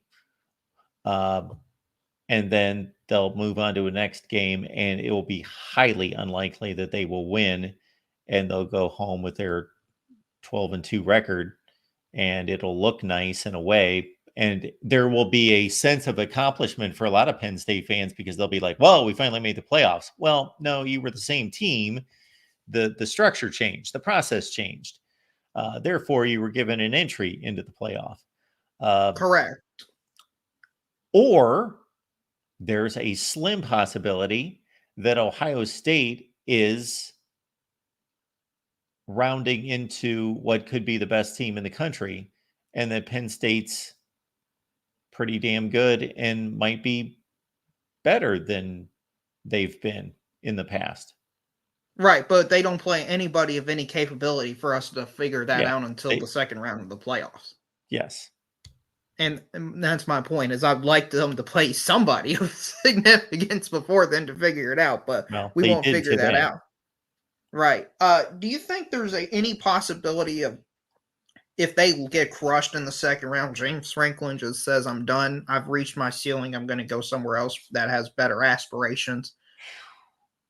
Because, I mean, this is eventually mentally, I would just be like, I've done everything I can. I've changed my offensive coordinator. I have this guy who really believe in. And be honest, Mark, as when that 44 for Penn State got down at the 3-yard line, I knew they weren't going to score. I had no faith they could get 3 yards. Because if I've seen 10 years that Penn State can't get 3 yards against Ohio State. I've just seen them in the spot over and over and over and over again and losing the same ways over and over and over and over again. Yeah. Well, I've got to say that I think part of it's age, that I don't get as hyped for these games and my adrenaline doesn't pump as nearly as much or anything like that, because my investment's a lot lower than it used to be. However, I, of course, am an Ohio State fan, wanting them to win this game. This is their biggest game to date this season. Well, the Oregon game, but since they lost that game, obviously they need to win. And even though it was a close game, even though they were down 10-0, now, did I think that it was impossible that Ohio State would lose this game? Of course not. They're playing a really good team. They're playing on the road, but it never really entered my mind that they were going to lose that game. It never really threatened my own thought process as I evaluated those two teams that Ohio State was going to lose that game. Right. Now, Ohio State shouldn't have been able to come back so easily either. It should have been Penn State definitely have the lead at halftime. I mean, they were gifted 7 points. They were gifted all the momentum in the world, and they just completely faltered it and collapsed. Same thing every year. I mean, watching the end of the game reminded me of the same end of the Michigan game where they just couldn't stop the run. I don't know if it's a scheme issue, they just don't have as good of players, their coach. They just don't have answers. And I believe that's what James Franklin was hinting at today is he just literally ran out of all options because he's done everything he could possibly think of doing, and he's still losing the exact same way. Well, also consider this, that at Big Ten Media Days in 2021 and throughout that off season, Jim Harbaugh was being pressed about, of course, the only thing he was being pressed about that entire time was that he was 0-5 against Ohio State. He couldn't beat Ohio State. He couldn't win the Big Ten, could not do any of these things. And it looked like a similar situation. Like the thought of Michigan getting past Ohio State entering 2021 was far more ridiculous than thinking about Penn State getting past Ohio State, because Penn State currently is in much better shape than Michigan appeared to be in following the COVID year. And the gap between Michigan and Ohio State was far greater on the field than these competitive games that Ohio State's playing against Penn State. And look what happened. Yeah, they just got a mastermind who was able to figure out the snap calling plays of every single play Ohio State was going to do, and then they won. And then ever since then, afterwards, when they lost that guy, they're not able to do anything. So are you telling me Penn State needs to hire a stallion? Well, I was somewhat anticipating your response, yet that James Franklin needs to find his Connor Stallions. We need Connor Stallion, somebody. I know he's on Barstool Sports like a few weeks ago. Maybe Dave Portnoy can get in touch with him. And that's, I just don't know what to say to that. But I guess I'll go to some other games. That's true, correct? What I just outlined. Yeah. It's absolutely. I'm sure it'll needle the Michigan fans because, they're still salty about that. But at the time, it was like, is this team ever going to beat this other? Is Michigan ever going to beat Ohio State? They're getting hammered by 30 points. There's no comparison between these teams. So we look at James Franklin and Penn State, and at least they're competitive in these games. They're very competitive in these games. Well, they're competitive on the scoreboard, but when you watch them play, they're not very competitive. There's clearly a big brother, little brother dynamic. At no point during this game, or any of the few games before this game, did I think, man, Ohio State's actually going to lose this game. Well, Joel Klatt pointed it out. And I, of course, have a pretty good recollection of these games. And I was thinking the same thing. The Penn State scored on a pick six today. They scored a meaningless touchdown with about 40 seconds left last year. So basically, they've scored 0 offensive touchdowns in 2 games. That's not a good look for your boy Drew Aller, by the way. Not a good look for him. Yeah, no. I know you're a big Drew Aller guy, but to me, I he's like basically Drew. Yeah. Yeah, I know. He's basically another Sean Clifford, another just copy and paste quarterback, mediocre quarterback that just lives with his talent level. If he had elite talent, he would be elite. If he had average talent, he'd be average. I would say don't be surprised if he's more in the classification of your old buddy Will Levis, former Penn State quarterback, on the next level where he's actually playing and earning a paycheck and not Sean Clifford. Have you watched any of NFL football? Any NFL football? Like a game? Yeah. Okay. You should know Will Levis is literally the laughingstock of the NFL. He makes the dumbest plays you will ever see. He threw a ball as he was getting sacked over his shoulder, and it was for a pick six to lose the game. I got to look that up. Who were they playing? Oh, yeah, and he's done it like multiple times, these stupid, idiotic plays. He's done like 4 or 5 of them. He's literally just a meme now. That's what he's known as. He's a meme NFL player. Well, that could be Drew Aller in 3 years. But again, how much money is Will Levis making and how much money is Sean Clifford making? That's my point. Drew Aller is going to be an NFL quarterback. I would be surprised if he is not. Yeah, I mean, maybe because of the desperation of quarterback situation in the NFL. But whoever gets him, they're going to have a long season ahead, in my opinion. A long and hard season ahead of them because he, to me, is just not that guy. But he's better than Anthony Richardson, Mark, who I'm not sure if you saw, but subbed himself out of the game because he was tired. What? Yeah, he said he was asked after the game, "Hey, why'd you substitute yourself out? Were you tired or something?" He said, "Yeah, I got tired for that play, so I substituted myself out on 3rd down." 3rd down, he substituted himself out because he was tired. The quarterback. Yes. He ran it, you know how he skedaddles and runs it. He ran it for like, I don't know, 10, 15 yards or something like that, and he just got tired. Wow. And then he got benched. Yeah, for Joe he Flacco. should be benched. Oh, yeah, that's right. Joe Flacco's tearing it up, right? Doing pretty well. He's doing fine. He's at least able to play every single play, which is an improvement. Oh, that's great. Yes. So we've got Will Levis throwing a ball over his head for a pick six to lose a game. And we've got Anthony Richardson, who opted out of a play as the starting quarterback. That's mind-numbing to me. Wow. Bring that up to Steve Dace because he was talking about culture in one of his shows of football. Because also in the Bears Washington game, speaking of the culture and how, football players like do stupid taunting and penalties and stuff like we saw in the Penn State Ohio State game. A Bears player defender was literally taunting as a Hail Mary was going on. Not like after the play or before the play, like during the play was going on. Oh my. And the wide receivers were all the way down to the 20-yard line, okay? He turns around and is like, wait, the play's going on? He has no idea what he's doing. He's complete panic. He runs to the mosh pit. He tips the ball and a Washington player catches it for a game-winning touchdown. Well, yeah, I saw that play. Yeah, I'm gonna have to look that one up too. So we're talking about not a player on the sideline. We're talking about a player that should be in the play. Yes, he was. Yes, and he tipped the ball. He was the guy who tipped the ball up in the air to where Washington player could easily catch it. Oh my word! If I was an NFL head coach and my livelihood was dependent on these knuckleheads, I would just throw a fit. Yeah. Yeah, I know. Yeah. I saw a comment from Hall of Fame City Gaming.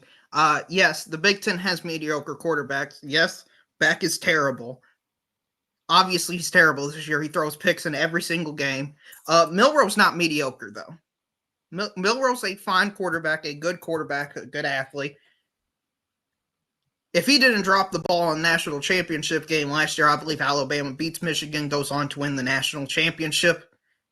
And there's no evidence I've seen this year that Milroe's terrible in costing Alabama games. It's just the difference between Nick Saban and Kalen DeBoer. No, Jalen Milroe is one of the 10 best quarterbacks in the country. I know. I believe that, but everybody in the Big Ten talks about how they all got elite defenses. Have you seen the offenses in Big Ten country? Oh my goodness, most of them are mediocre, terrible offenses, and that's a strong percentage of it. Yeah, Nick is telling us here that the Big Ten has better quarterbacks than the SEC. Well, I would have to size them up 1 through a zillion and match them up to really have any kind of argument there. I know that one better be Quinn Ewers. It wasn't close last year. I know that.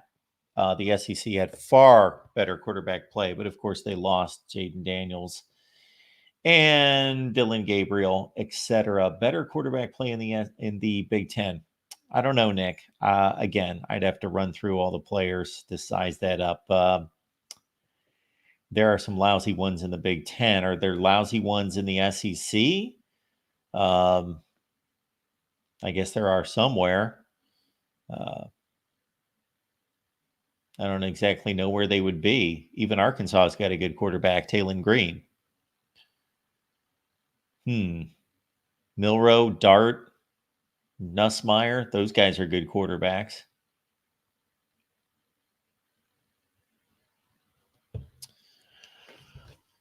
All right, DeReal. Anything else? No, it's good talking to you. I guess I'll end it on something I completely missed because we've been talking all positivity. I completely missed the NC State-Stanford game. Just completely whiffed on that game, Mark. I thought it'd be a close game. I thought Stanford would cover. They lost by like 30 points. They just completely rolled over and died.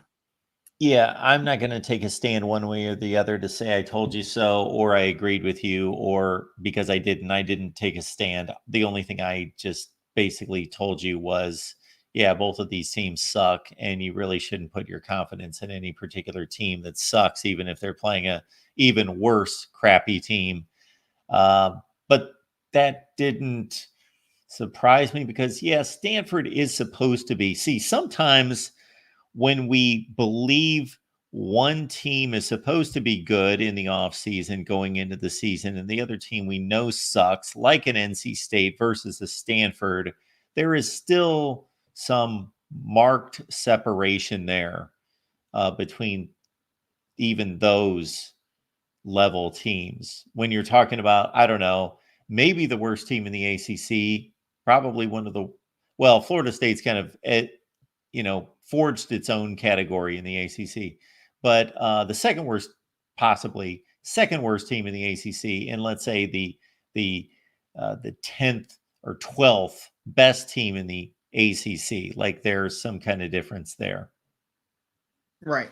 Maybe Florida State's strategy is genius. They're just going to play so bad that they're going to get out for free. I think that might be the strategy. Yeah, maybe this is that we've thought all along that the ACC was kicking and screaming and fighting and spending all this money to keep Florida State in the league. But after they've watched them play this year, they might just, Florida State may have nowhere to play. The ACC may say, see ya, we don't want you anymore. I wouldn't blame them for that decision. Mark, you're going to have a show on Wednesday for the rankings released? So I'm a bit confused by this. So is there not the rankings release on Tuesday? From what I saw in the promos, it said November 6th. So I'm assuming not. I could be wrong. I'm sure somebody will fact check us. There might be some kind of confusion on this because we had a conversation about it the other day, you and I thought it was on Wednesday, which made sense because there is something somewhat significant going on Tuesday that I would think that they would push it to Wednesday. But ESPN all day was advertising Tuesday. Now, I know from working at ESPN that there would be screw ups from time to time where maybe since it's typically a Tuesday that they were pulling a promo from, the general selection pot and not the one that they cut that was specifically supposed to air this weekend for just the one time it was on Wednesday.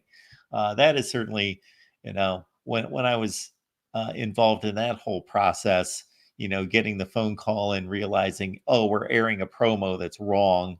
That happened occasionally.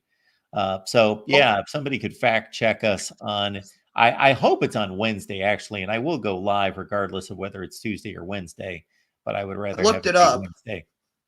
I looked it up, and it says it's Tuesday, 7 to 8. So I Okay. guess, according to the collegefootballplayoff.com, that's where I got my source Okay. from for anybody who wants to All know. right. So I guess, Mark, we won't know how the states of Kentucky, Indiana, or Vermont are going to go. I wonder what direction those states are going to lean in the other contest on Tuesday. Who knows? Yes, I don't know. Yeah, exactly. So anyway, Mark, looking forward to a great show on Wednesday or Tuesday, and looking Tuesday, forward to yeah. seeing 6 or 7 SEC teams in the top 12. Very good. Thanks, Real. All right. Yes, I believe we will be here on Tuesday. For as much as I thought that was going to be Wednesday, we'll be here on Tuesday because that's what we do. We go live when the College Football Playoff Selection Committee makes its rankings known. So the best way to do that is we'll see how the show sizes up. If they're on from 7 to 8 Eastern time, that most likely means that they will be revealing the rankings probably 15 or 20 minutes into the show. They'll have a big build up for at least 5 minutes. Then they'll reveal the rankings, and then they'll, of course, analyze the rankings for the final 45 minutes. So we will announce a time that will come on sometime between 7 and 8, and we'll be on for, I don't know, maybe an hour. And, of course, take your calls and discuss the first rankings reveal. All right, folks, appreciate you being here at the Voice of College Football. Again, it's been another fun weekend of the sport we love. Week 10 in the books. And I'll be back Sunday morning at 11 a.m. Eastern time to take your calls. So we are only about, a measly 9.5 hours away from another show. So we will take your calls then. Appreciate you. Thank you so much for the contributions. Please like the video on the way out and subscribe right here at the Voice of College Football.